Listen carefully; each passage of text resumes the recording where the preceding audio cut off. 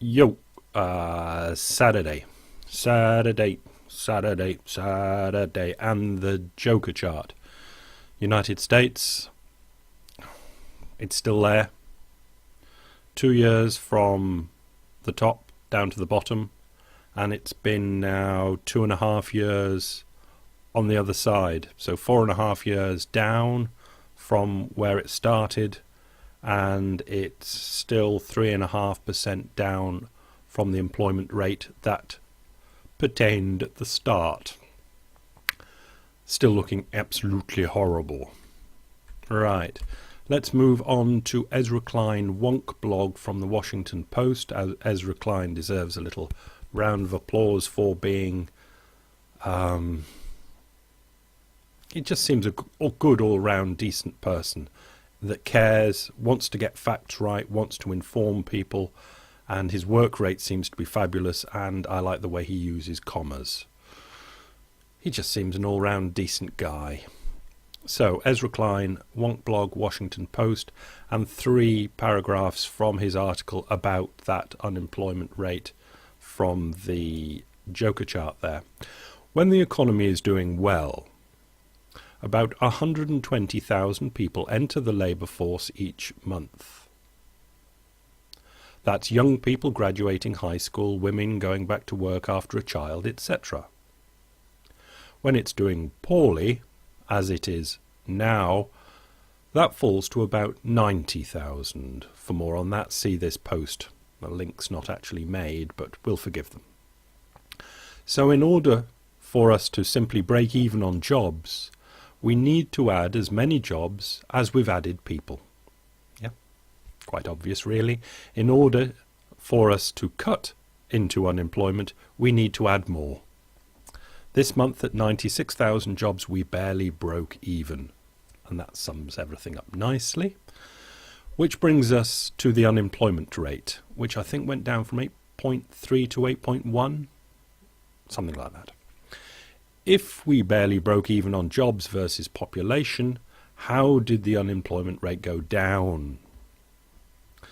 The answer is that the unemployment rate can go down for a number of reasons.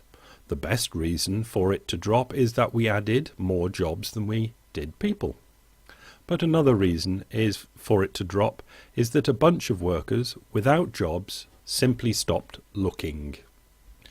That can happen because they give up and stop looking, because they stay at home and take care of the kids, because they go back to school, etc., etc. At any rate, that's why the unemployment rate dropped this month. Basically, an awful lot of people just stopped looking.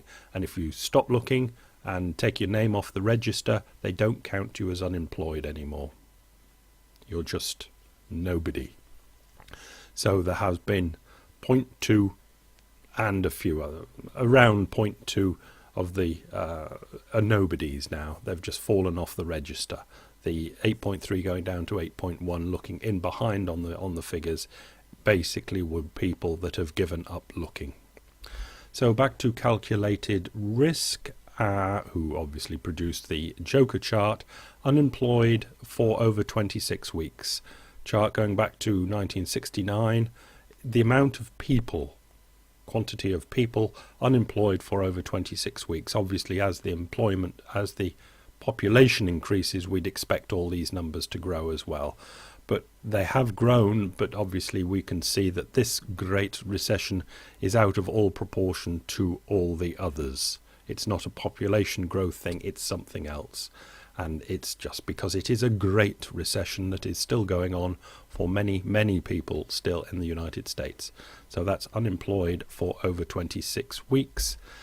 And we'll finish with this one because you're having a government, a presidential election coming up. I'm sure you've noticed all those people on the television lying to you.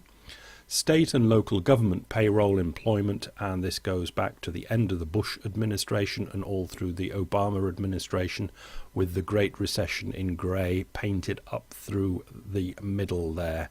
And as you can see, that is payroll employment in thousands, so those are millions of people, 19.6 million, 19.8 million, etc.